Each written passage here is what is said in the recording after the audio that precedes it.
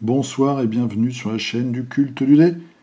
Ce soir, encore une fois, nous allons plonger dans l'univers de Lovecraft avec le jeu Horreur à Arkham, le jeu de cartes, avec la présentation du dernier paquet qui est arrivé en boutique la semaine dernière. Donc pour les plus rapides d'entre vous, vous l'avez déjà chez vous.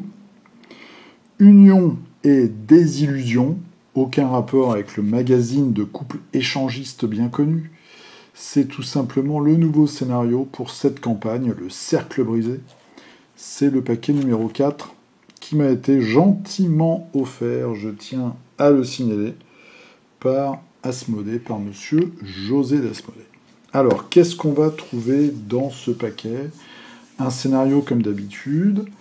Un scénario, on voit ici les amoureux. Est-ce que c'est pas mignon?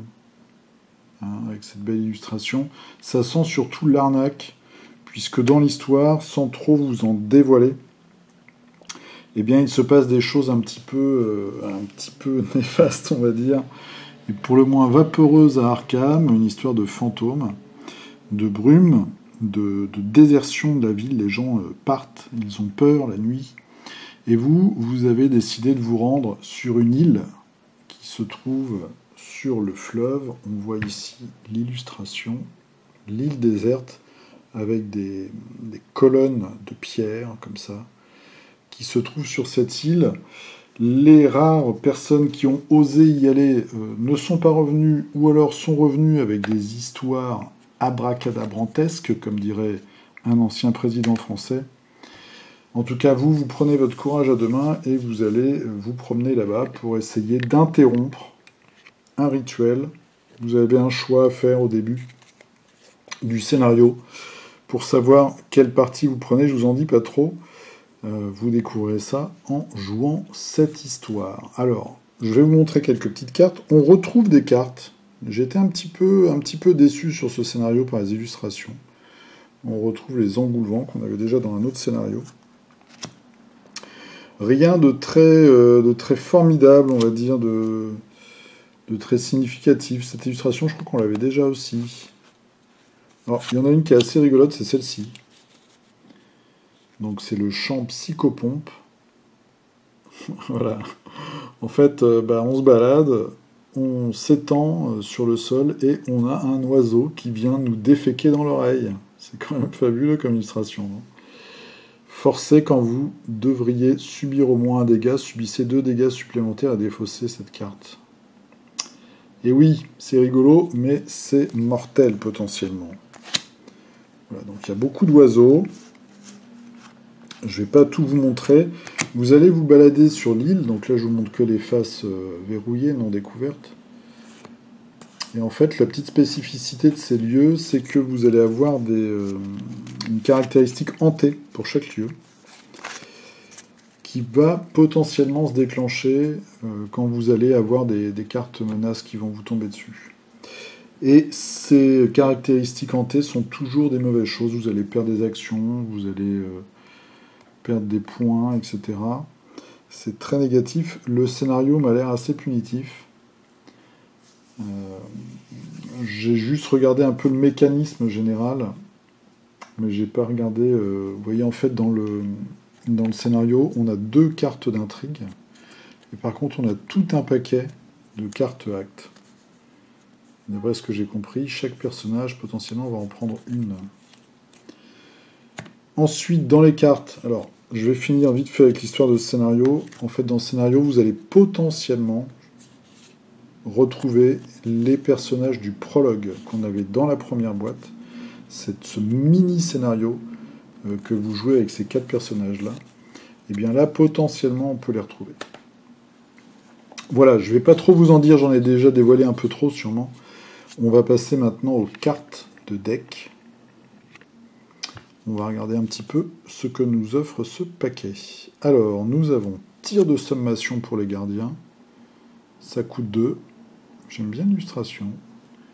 Illustration de Borja Pindado. Avec des monstres, des loups spectraux.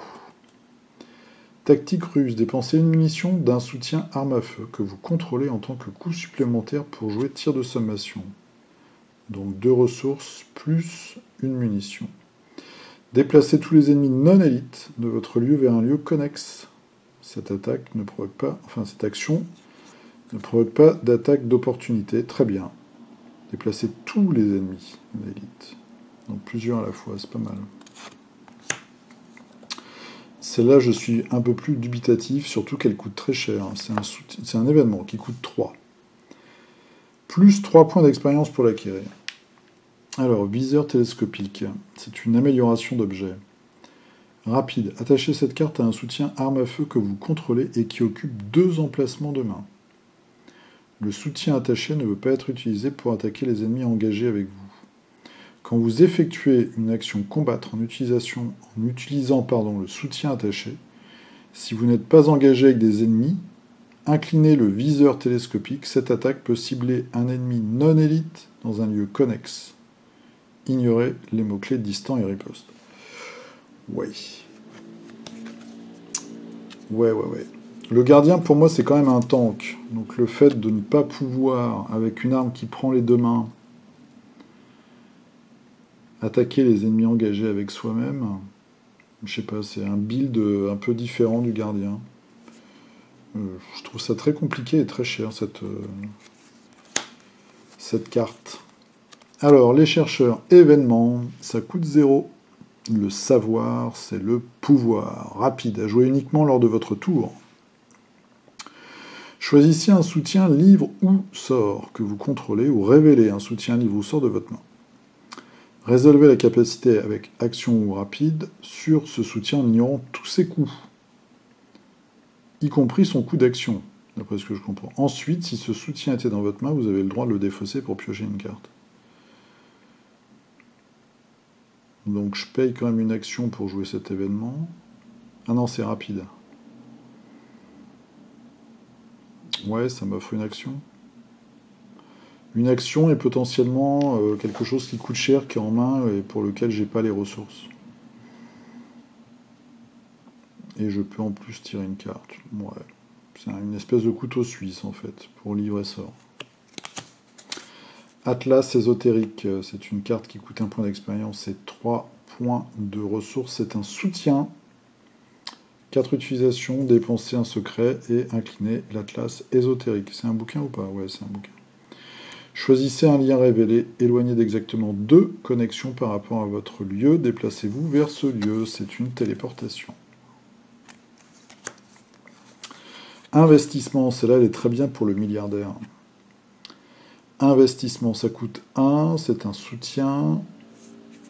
Utilisation, 0 provision, limite de 10 provisions sur investissement. Donc on incline investissement, on place une provision dessus à chaque tour. Ensuite, pour une action, on l'incline, on défausse les investissements et on les déplace dans notre réserve de ressources. Ok. Donc c'est un truc qu'il faut réussir à sortir tout de suite. Ensuite, une carte que j'aime bien, doublure. Donc là, maintenant, on est parti pour les truands. Hein. Vous l'avez remarqué, ça coûte 2, carte de départ, 2 icônes de rapidité. Échapper à, automatiquement, un ennemi non élite. Alors, on peut à chaque fois rajouter 2 en coup, donc ça le porte quand même à 4. Mais en général, les truands, on peut avoir des sous. Donc, on peut soit améliorer la carte en échappant à 2 ennemis non élites, ou alors échapper jusqu'à...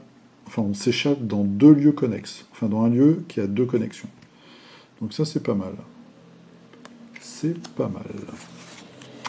Ensuite, pour les mystiques, ils ont dans ce paquet qu'une seule carte, c'est celle-ci, le De Vermis Mysteriis, signe des étoiles noires. 2 points d'expérience, c'est un soutien, c'est un livre.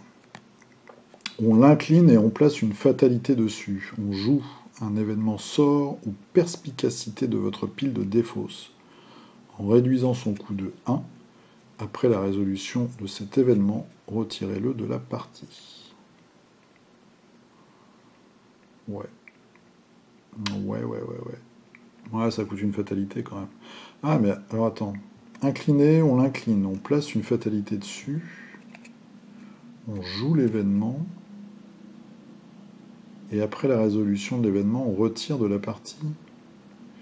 Retirez-le. Après, ah oui, c'est l'événement qu'on retire de la partie. C'est pas le. Ce que je comprenais pas avec la fatalité, mais la fatalité va rester en jeu. Ok.